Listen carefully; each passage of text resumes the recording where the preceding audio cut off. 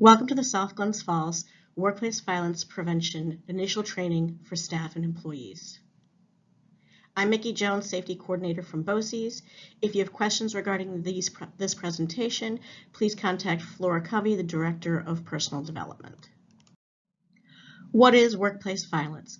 Any physical act or an act of aggressive behavior occurring in the workplace where a public employee performs work-related duties is examples of physical violence. Any verbal or physical attempt to threaten or inflict physical injury upon an employee. Any intentional display of force which gives an employee reason to fear or expect bodily harm. Intentional wrongdoing and non-consensual physical contact with a person that causes injury. There is some overlap with the harassment policy for this. Sometimes it could be a violation of both. Additionally, stalking an employee to create fear or harm for an employee's physical safety and health. The Workplace Violence Prevention Program for public employees has been around for several years. Included in this regulation are state agencies, county, city, town, and village governments, fire departments, police departments, any public authority, public benefit corporations. School districts have now been included in this regulation. We have always been exempt in the past. They are now also including BOCES in this regulation, New York City Public Schools, VOTEC programs, County Vocational Education, and any other government agency or instrumental policies regarding to public employees. As part of the regulation, the district worked with union representation for all bargaining units, including the CSEA and the South Glens Falls Teachers Association, to identify potential areas and job duties that place employees at risk of being exposed to workplace violence.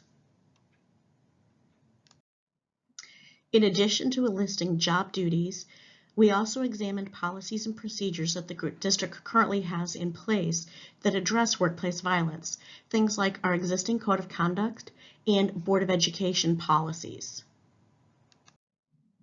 In addition to identifying potential areas of workplace violence, we also as a district had to examine our hierarchy of controls, which are the methods of ranking control measures to safeguard or protect our employees. The first step was looking at engineering controls. Engineering controls are used through physical changes to the workplace, identifying what we physically have in place to protect our employees, things like swipe card access, lighting around a building. The second thing that we also looked at was workplace controls or workplace practices, things that we can do to reduce workplace injuries by having policies or procedures. Examples would be things like check-in procedures, looking at itineraries to make sure people aren't working alone. The last resort is looking at personal protective equipment. Is there something that we can do to help protect an employee from a workplace violent incident? An example would be a spit shield in an IEP, or things like bite sleeves for students who we know are biters. All employees have the right to know what jobs or tasks have identified as having potential risks while at work. The link above lists the identified risks that the district has put forth along with hierarchies of control. Please make sure that you look at this link. This is also available on the district's homepage, which will show further in the presentation of how to get there. In addition to an employee accident report, you may also be required to fill out and report a workplace violent incident. This form is available in School Front.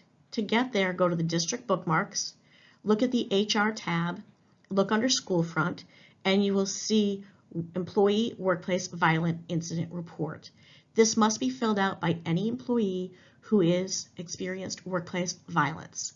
Even if you filled out an accident report, this report must also be completed. This is the form that you will fill out regarding a workplace violent incident. Please complete all fields, make sure that you generate a preview, add any comments, sign in the red box, sign and submit. Information that will be needed is the date of the incident, the time of day or shift where this happened, the location where the incident occurred, please be as specific as possible. Provide a detailed description of the incident, including the events that led up to the incident and how it ended. Names and job titles of any involved employees. Names and other identifier and job titles of involved other individuals. Please keep in mind that if this involved a student, please do not record a student's name on this form. An example that you would use would be 4th grade boy, 3rd grade girl. Please do not use identifying information, as this information will again be reviewed by multiple people. The nature and extent of the injuries that arose from this incident if you were hurt, the name of any witnesses, and any additional detailed information regarding about this incident. What happens after an employee fills out a workplace violent incident report form? After filling out the form in Schoolfront, the incident report is received and reviewed by your supervisor and/or principal. The incident report is received and reviewed also by the Director of Personnel. The Director of Personnel will assist in conducting an investigation. The Director of Personnel discusses remediation factors or what efforts can the district do to prevent this from happening in the future. The Director of Personnel will communicate the outcome back to the employee who initially filled out this report. However, sometimes you'll only hear that the issue has been resolved due to the nature of personal information that may be listed in a report. As mentioned previously, all of this information is also included on the district's website. When you go to the website, under Menu, Staff Resources, you'll see a South Glens Falls Workplace Violence Prevention Program. Hitting that link will show you what records we reviewed to gather this information. You will see the identification of risks and the mitigation factors. You will also have links to filling out your violent incident report forms.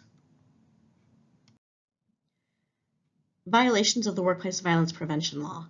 After a reasonable opportunity is passed and the employee or their authorized representative still believes that there is a serious violation in the Workplace Violence Prevention Program, or there is an imminent danger to employees, the employee or their authorized representative may submit a written request for an inspection with the New York State Department of Labor Public Employee Safety and Health Division.